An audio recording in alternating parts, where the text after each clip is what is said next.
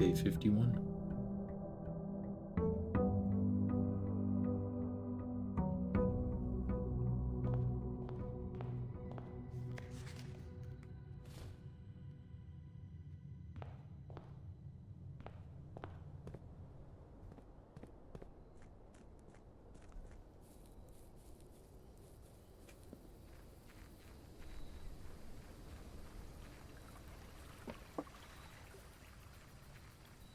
You can move the foundation with this, though, which is kind of funny.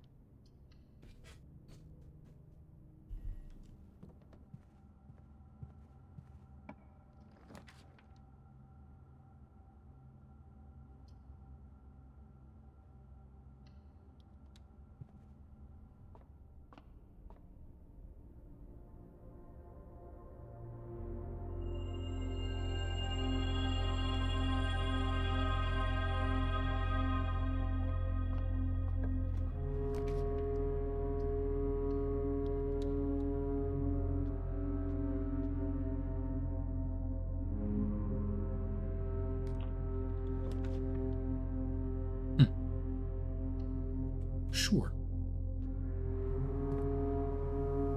The reason why I'm kind of making a mad dash upwards is to try to see if my theory about having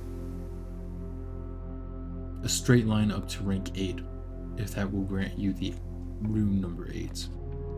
Which I feel like isn't an impossibility, but is very luck dependent.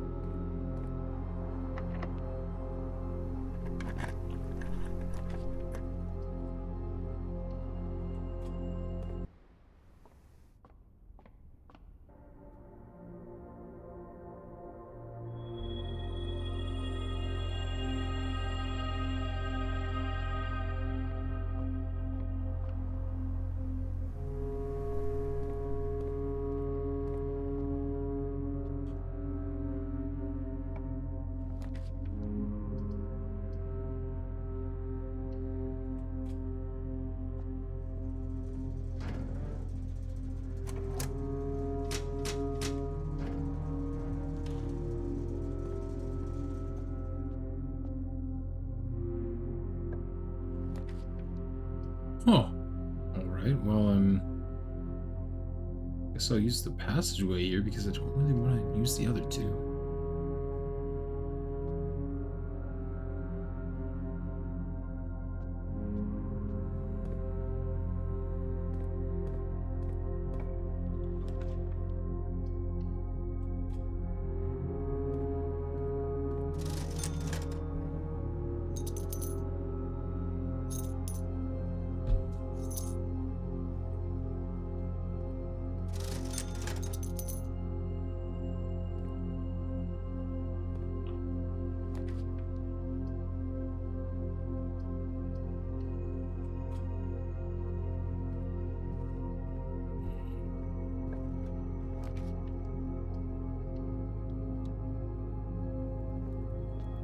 No axe.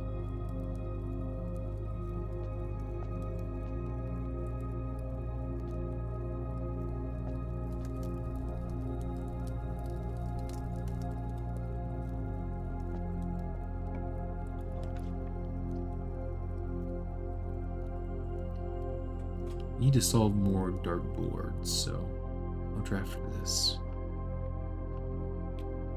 17. Third of 15 is 5. third of 9 is 3, minus a third of 3 is 1, so that would be 2. So that would be 3 plus 6, so 9. Squared. Give me a second. So a third of 3 is 9. A third of 8 is 6. So it would be 9 squared, which is 81. Minus 21 would be 60, divided by 10 would be 6. Gotcha. It just was like, surely they would go up to 81. But they didn't.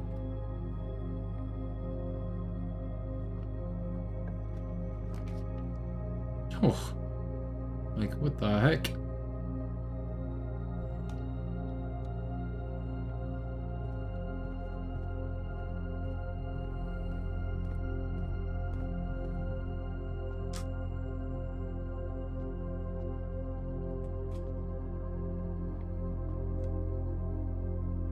Let's go to the left side.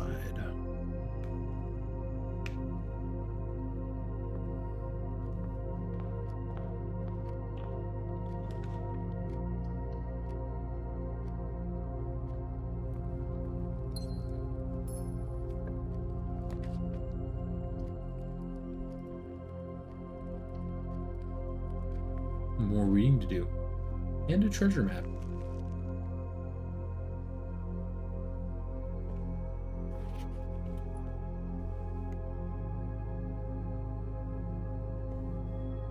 The History of Orindia.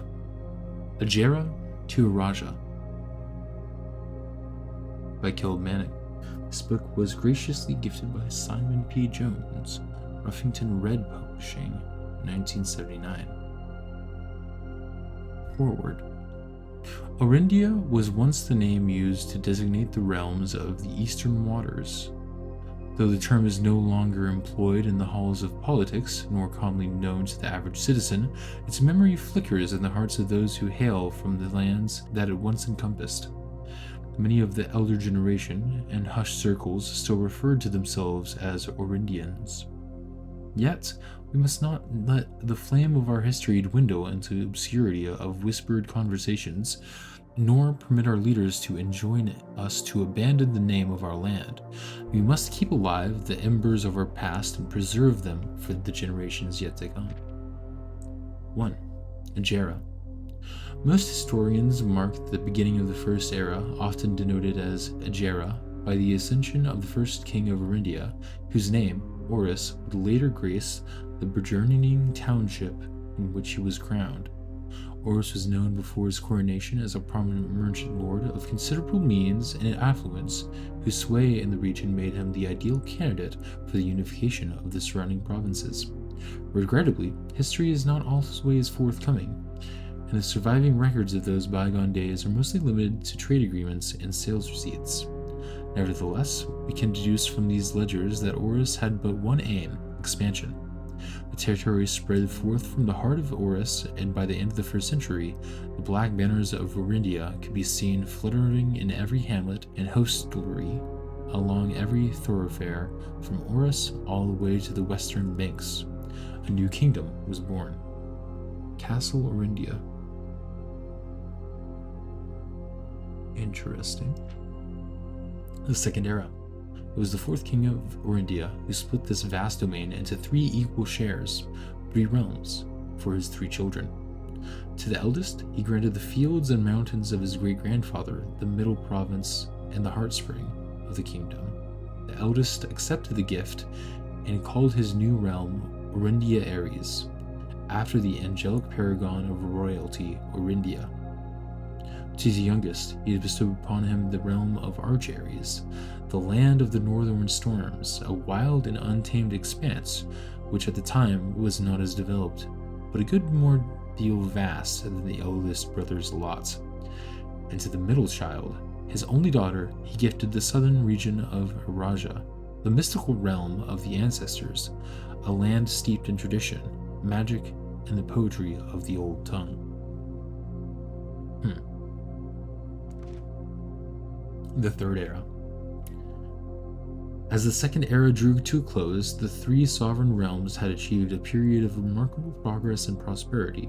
Each of these distinct regions, ruled by their respective sibling monarchs, had blossomed, cultivating the bountiful resource of their lands and developing a unique character and culture that set them apart from one another. Despite these differences, the sibling monarchs managed to maintain friendly relations throughout their lives and were known for their cooperation in matters of trade and transportation. The succeeding generations of their heirs continued that tradition, and the Third Era was defined by the construction of a vast network of railways that spanned the length of each breadth of the land, linking the northern mountains of the Arch areas to the southern shores of Eurasia. This development facilitated travel and commerce between the three realms, further strengthening their bond and laying the foundation for the promise of a prosperous and bright future. A promise that would unfortunately, as my readers will soon find out, not be kept. So this is the symbol we unlocked in the sanctuary. The Fourth Era.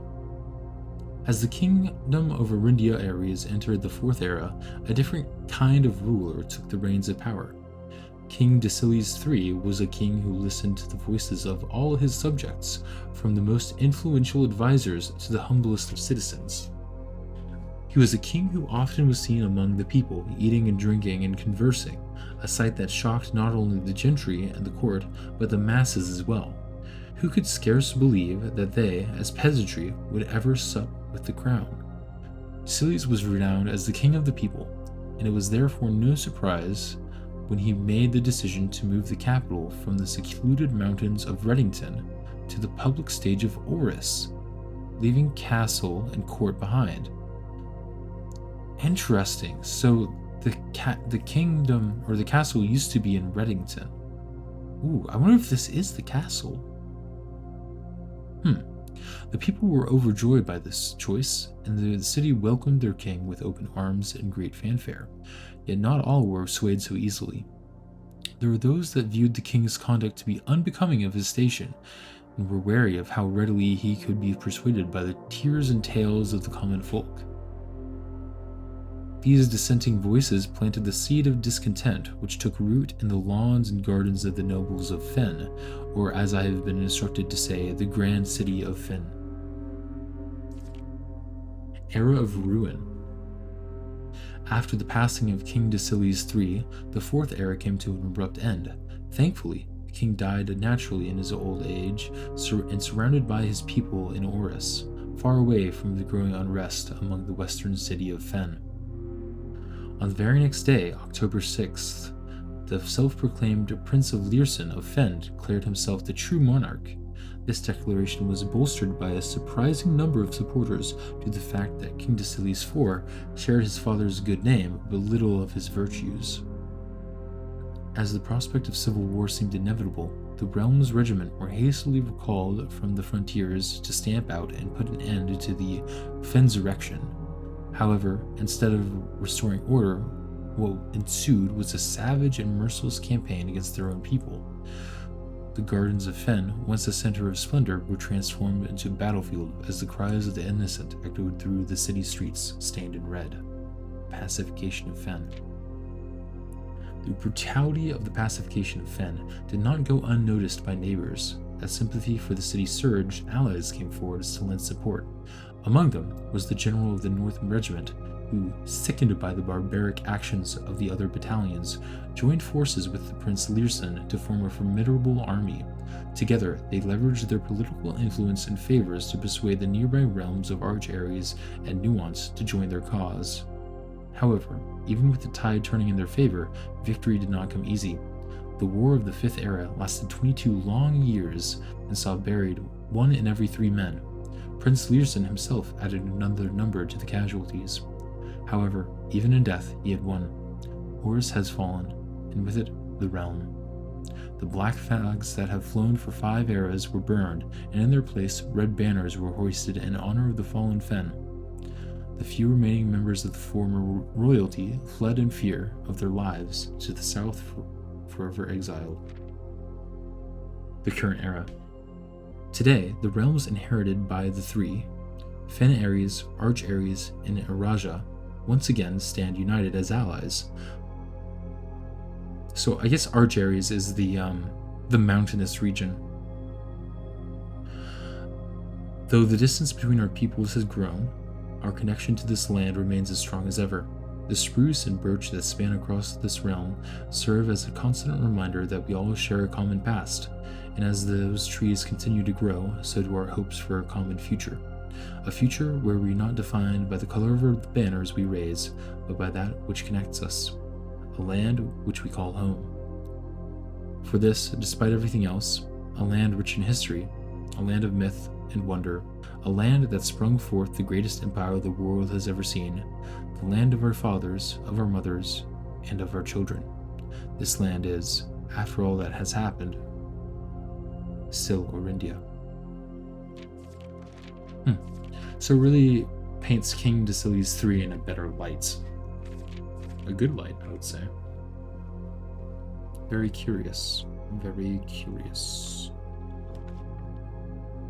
The Mount Holly gift shop. I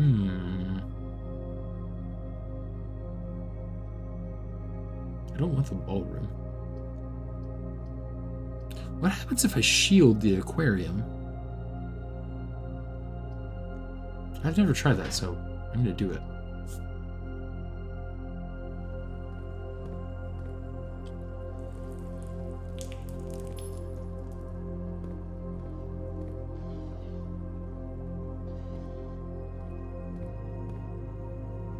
I don't particularly know what happened, but at least it's a shield.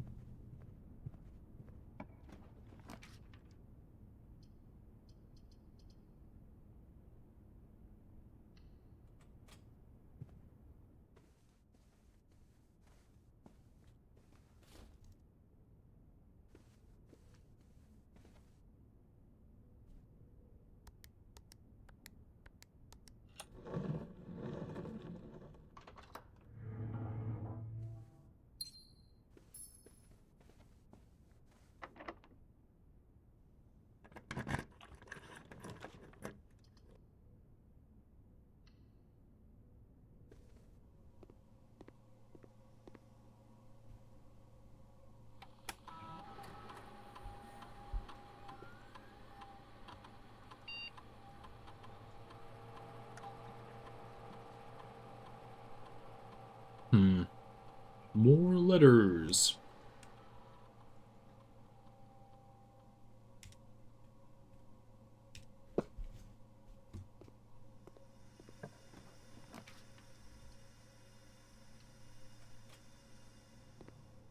Oh, I meant to make a dowsing rod.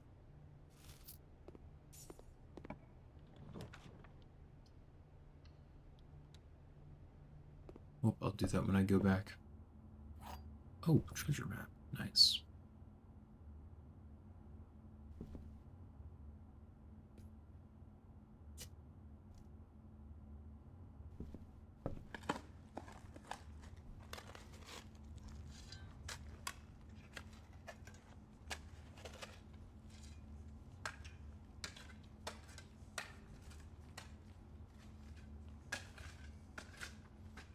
One of the lost coffers of Mount Holly. 25 coins and 3 gems.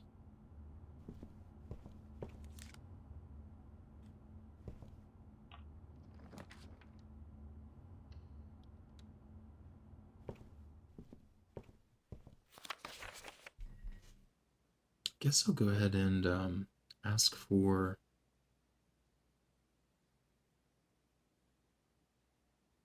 a new clue again.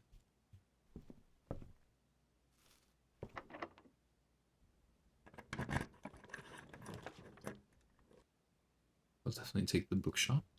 Although I should figure out the last gallery too.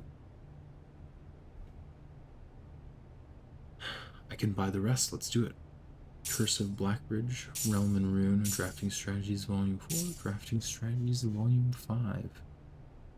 In which case, I'm actually going to change which book I'm getting here.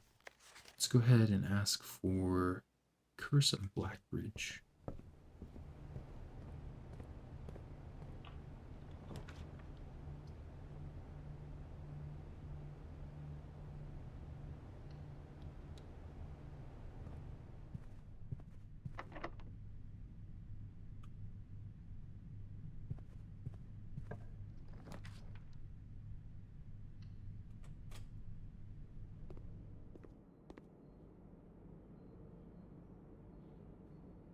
That's a lot of steps.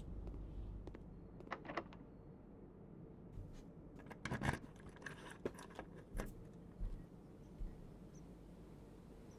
wonder if you can draft the garage way out here.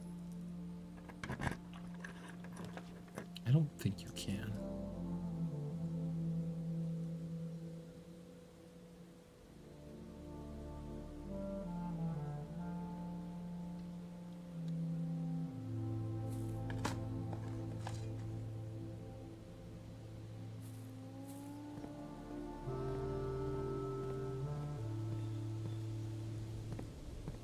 This is closed up. Interesting. So if you want to get back there, you need to wait for the right time again.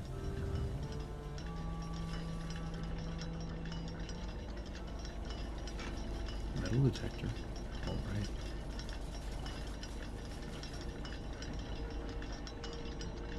I feel like there's still something to do up here. I don't know. Could be wrong.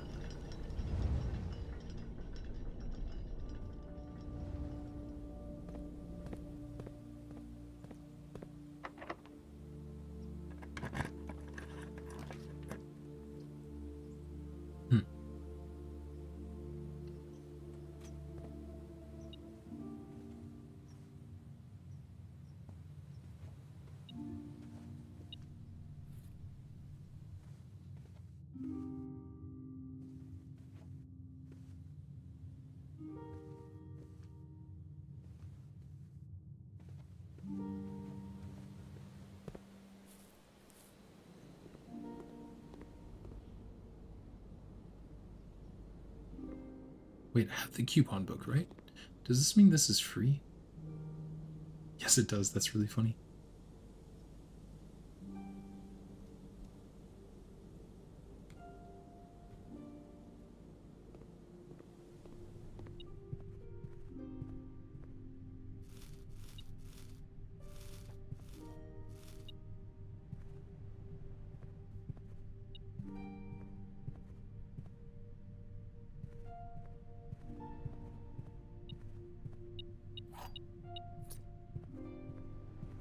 Well, this is definitely the most steps I've ever had.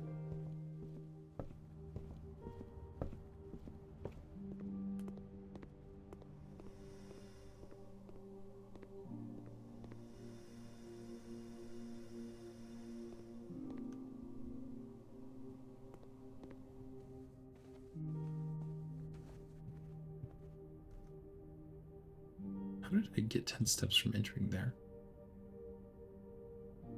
10 steps. I don't know.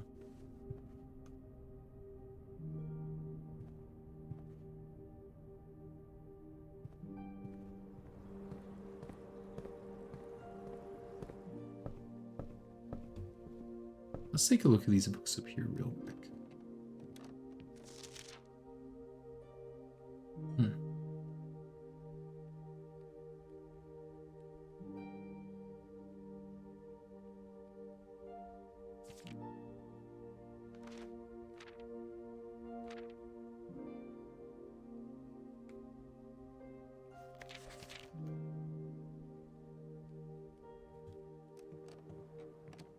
More sanctum keys than red letters. I wonder if that's normal.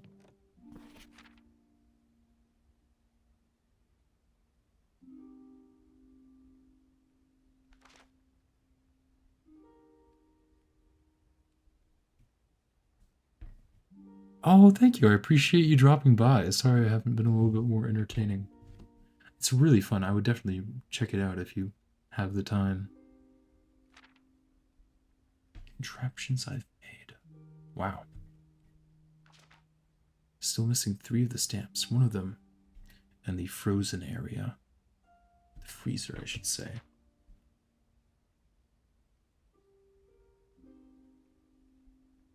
Highest grade, 5.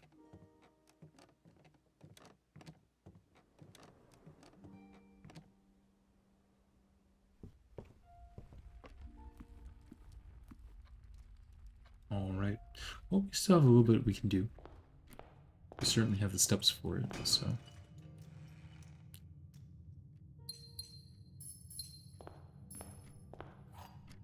Three keys?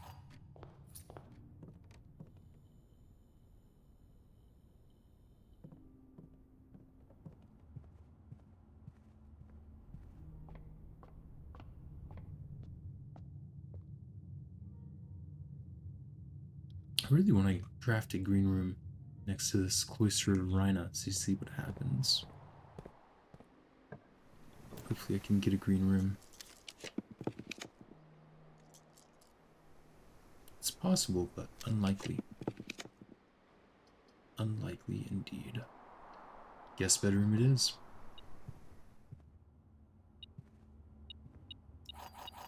Well, I think I have a good idea what that was.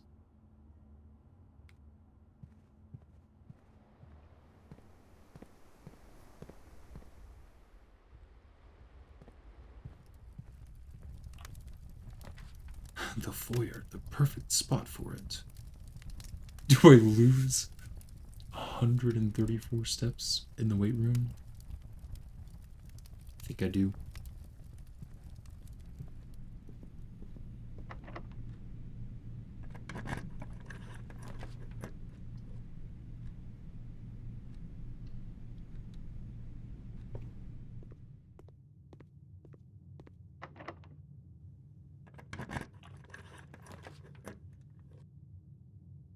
Three gem requirements. Ah, the Rotundra, I see.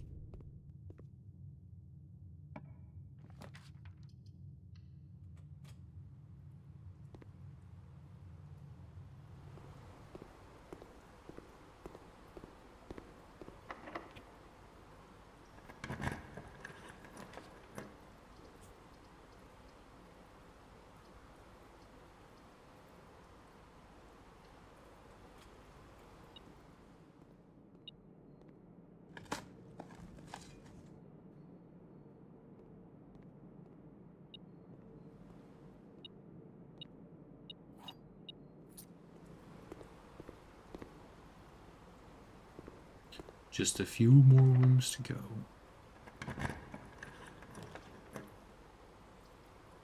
Another red room. Another letter to be delivered.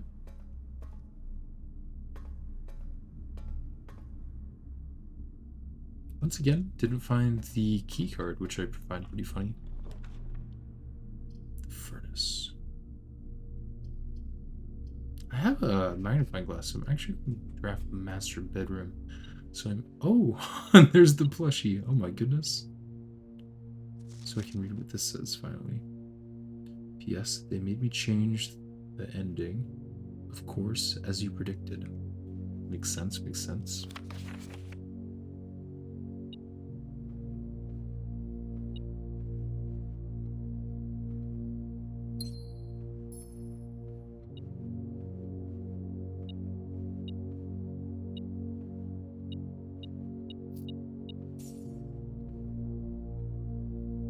Go back to the observatory for my last room, only because there's a chance that I get a red room and can add a card to the mail room.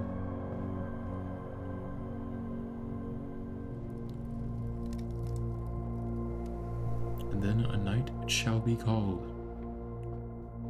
Come on, red room.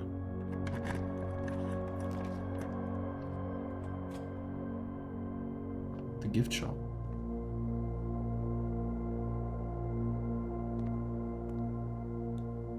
How many keys will we start with tomorrow? That's 1 to our room. 2, 3. I think only 3, but you know, that is still respectable. So, let's call it a day. I think that'll be it from me for tonight. Thank you all so much for watching. And with that, I'll see you next time. Bye.